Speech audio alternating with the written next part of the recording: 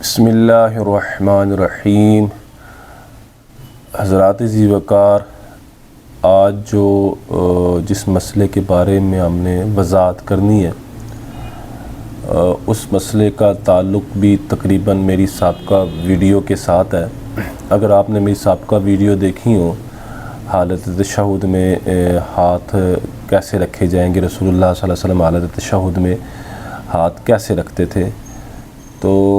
ان سابقہ ویڈیو میں نے تفصیل سے رسول اللہ صلی اللہ علیہ وسلم کے حالت تشہد میں ہاتھ رکھنے کا طریقہ حضرت عبداللہ بن عمر اور حضرت عبداللہ بن زبیر رضی اللہ تعالی عنہما سے بیان کیا تھا، اور ساتھ ہی اس کے ضمن میں میں نے حضرت وائل بن حجر رضی اللہ تعالی عنہ کی احادیث بھی سنائی تھی۔ یہ ساری احادیث میں نے سنائی تھی۔ حضرت وائل بن حجر رضی اللہ تعالیٰ عنہ کی حدیث میں ایک لفظ آیا تھا کہ وحد مرفق الایمنی علی فاخذ الیمنی۔ یہ لفظ آیا تھا حضرت وائل بن حجر رضی اللہ تعالیٰ عنہ کی حدیث میں۔ پھر میں نے الگ سے اس لفظ کے اوپر وحد مرفق الایمن علی فاخذ الیمنی پر میں نے تفصیل سے ویڈیو بنائی تھی، اور اس میں نے بالتفصیل یہ اس بات کی وضاحت کی تھی کہ حدہ کو فعل بھی پڑھا گیا اور اسم بھی پڑھا گیا۔ اگر حدہ فعل ہے تو اس کا معنی ہے حدہ کا، اگر یہ فعل ہے تو محدثین نے اس کا معنی بیان کیا ہے کہ حدہ کا معنی ہے الگ رکھنا، دور رکھنا، فاصلہ رکھنا۔ تو اس صورت میں پھر اس کا معنی یہ بنے گا کہ رسول اللہ صلی اللہ علیہ وسلم نے دائیں کونی کو دائیں ران سے الگ رکھا، اور یہ بھی بتایا تھا کہ حدہ کو اسم بھی پڑھا گیا ہے۔ تو جب حدہ اسم ہو تو پھر میں نے تفصیل کے ساتھ بتایا تھا کہ ما قبل فعل وعدہ نکلے گا، یا ما قبل جو عبارت ہے اس پر اس کا عطف ہوگا، تو اس صورت میں پھر اس کا معنی یہ بنے گا کہ رسول اللہ صلی اللہ علیہ وسلم نے دائیں کونی کا جو کنارہ تھا وہ دائیں ران پر رکھا۔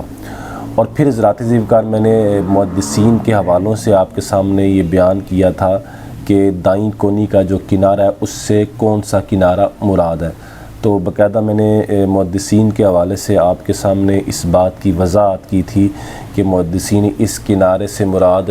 ہتھیلی والا جو کنارہ ہے اس کو مراد لیتے ہیں، یہ کونی والا کنارہ وہ اس کو مراد نہیں لیتے۔ حضرات ذی وقار، آج جو آپ کے سامنے یہ جو میں سابقہ ویڈیوز کی جو میں خلاصہ ہے یا آپ کے سامنے جو بیان کر رہا ہوں اس کی وجہ یہ ہے کہ اصل میں آپ کو یہ بتانا یہ چاہتا ہوں کہ میں نے یہ تفصیل کے ساتھ آپ کو بتایا تھا کہ بھئی دائیں کونی کا جو کنارہ ہے، دائیں کونی جو ہے یعنی کنارہ تو یہ والا کنارہ ہے، جو دائیں کونی ہے وہ ران کے اوپر نہیں رکھیں گے۔ اور اس ضمن میرے سامنے ایک کتاب گزری جو ایک غیر مقلد عالم شیخ حافظ زبیر لیزئی صاحب کی ہے، یہ فوت ہو چکے ہیں۔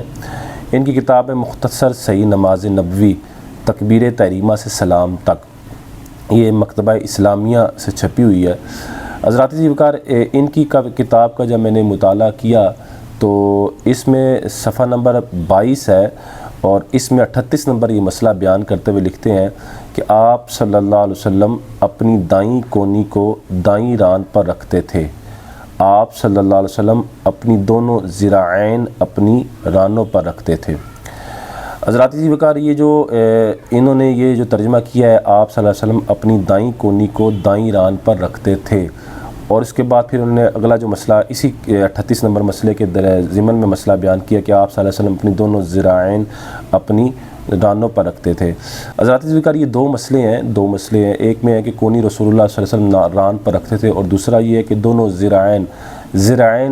بازو کو کہتے ہیں۔ اب انہوں نے خود بھی ذرا کی تعریف کی ہے، یہ اسی صفحہ نمبر 22 پہ کہتے ہیں 2 نمبر حاشیے میں، ذرا کے مفہوم کے لیے دیکھیں فقرہ 4۔ اب ہم جب فقرہ 4 جس کی طرف انہوں نے ہمیں رہنمائی کی ہم وہ دیکھتے ہیں تو وہ صفحہ نمبر 10 کے اوپر فقرہ 4 موجود ہے، وہاں ذرا کی انہوں نے تعریف کی ہے۔ کہتے ہیں کونی کے سرے سے درمیانی انگلی کے سرے تک ہوتا ہے ذرا، یہ کونی کے سرے سے درمیانی انگلی کے سرے تک ہوتا ہے، یہ انہوں نے ذرا کی تعریف کی ہے، یعنی کونی کے سرے سے لے کے انگلی کے سرے تک یہ ذرا ہوتا ہے، یعنی اس کو بازو کہتے ہیں۔ حضرات ذی وقار، اس شیخ زبیر لیزئی کی اس مسئلے سے جو ہمیں سمجھ میں آیا وہ یہ ہے کہ کونی بھی ران کے اوپر رکھیں گے اور جو ذرا ہے وہ بھی ران کے اوپر، یعنی بازو بھی ہیں وہ پورے بازو، یعنی یہ جو پورے بازو ہیں دونوں کے دونوں وہ ران کے اوپر ایسے رکھیں گے، ایسے ران کے اوپر یہ کہتے ہیں، ان کی اس عبارت سے ہمیں یہ سمجھ میں آتا ہے۔ حضرات ذوالفقار جہاں تک زرا کا تعلق ہے، انشاءاللہ اس پر میں بعد میں بحث کروں گا، اس میں جو انہوں نے جس حدیث کا حوالہ دیا انشاءاللہ اس پر میں بعد میں بحث کروں گا۔ ابھی جو سمجھنے والی بات ہے وہ یہ ہے کہ انہوں نے یہ جو کہا کہ آپ صلی اللہ علیہ وسلم اپنی دائیں کونی کو دائیں ران پر رکھتے تھے، اور اگر آپ اس کا وہ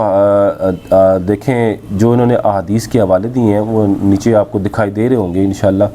کہ پہلا حوالہ دیا ابو داؤد شریف کا حدیث نمبر 726 اور 957 سند صحیح، سنن نسائی کی حوالہ دیا اور حدیث نمبر ہے 1266، ابن خزیمہ کا حوالہ دیا حدیث نمبر 713 ہے،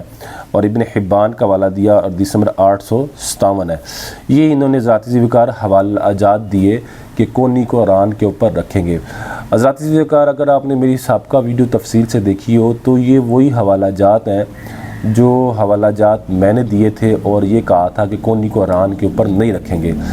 اب یہ کہتے ہیں کہ کونی کو ران کے اوپر رکھیں گے، ان کی کتاب سے ہمیں یہ پتہ چلتا ہے کہ کونی کو ران کے اوپر رکھا جائے گا، جبکہ میں نے جو آپ کے سامنے محدثین کی وضاحتوں سے جو بالتفصیل بیان کیا تھا، اور وہ ویڈیو بھی آپ کے پیش نظر ہونی چاہیے، ان ویڈیو میں جو میں نے بیان کیا تھا وہ اگر آپ کے پیش نظر ہے تب جا کے آپ کو یہ ویڈیو اچھے طریقے سے سمجھ میں آئے گی۔ تو میں نے وہاں یہ تفصیل کے ساتھ محدثین کے حوالے سے بیان کیا تھا کہ محدثین نے حدہ کے 2 معنی بیان کیے، اور ان دونوں معنی کے اعتبار سے، یعنی اگر حدہ کو فعل مانا جائے تو پھر تب بھی کونی ران کے اوپر نہیں آتی، اور حدہ اگر اسم ہے تو اس صورت میں اس کا معنی کنارہ ہے، اور اس کنارے سے مراد وہ ہتھیلی والا کنارہ ہے۔ تو چاہے فعل ہو یعنی حدہ فعل ہو اس صورت میں بھی کونی ران کے اوپر نہیں آتی، اور اگر حدہ اسم ہو اس صورت میں بھی کونی ران کے اوپر نہیں آتی۔ جبکہ حضرات ذوالفقار شیخ زبیر لیزئی صاحب نے جو ترجمہ کیا اس سے یہ پتہ چلتا ہے، مطلب انہوں نے بھی انہی احادیث کا حوالہ دیا جن کو میں نے پڑھ کے آپ کو یہ بتایا تھا کہ بھی کونی ران کے اوپر نہیں رکھنی۔ اب حضرات ذوالفقار اس میں صحیح بات کیا ہے، صحیح مسئلہ کیا ہے، وہ انشاءاللہ میں آپ کے سامنے بیان کرتا ہوں کہ کونی کو ران کے اوپر رکھا جائے گا یا کونی کو ران کے اوپر نہیں رکھا جائے گا۔